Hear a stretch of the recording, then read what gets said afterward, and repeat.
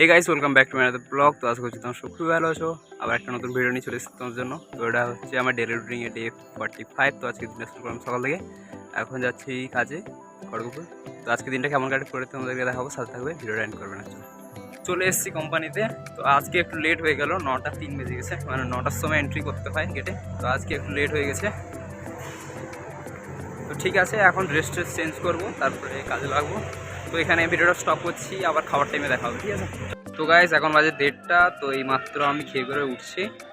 তো ভাবলাম যে ভিডিওটা কন্টিনিউ করে নিই। তো ক্যান্টিনে খাওয়া হয়ে গেছে, এখন যাচ্ছি ওই পাশে। দিলে আধা ঘন্টা মতন বিশ্রাম করব, রেস্ট করব, তারপরে আবার কাজ শুরু হবে। তো এখানে ভিডিওটা স্টপ করছি, আবার দেখা হবে ছুটির পর, ঠিক আছে।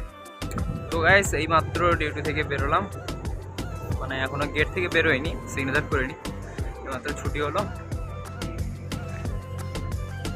তো আজকে দিনটা বেশি অতটা হার্ডওয়ার্ক হয়নি, মোটামুটি একটু হয়েছে। এই যে আমার গাড়ি, এই যে আমার বাইক, পার্কিং থেকে বের করব এখন। পার্কিং থেকে গাড়িটা বের করে নিলাম।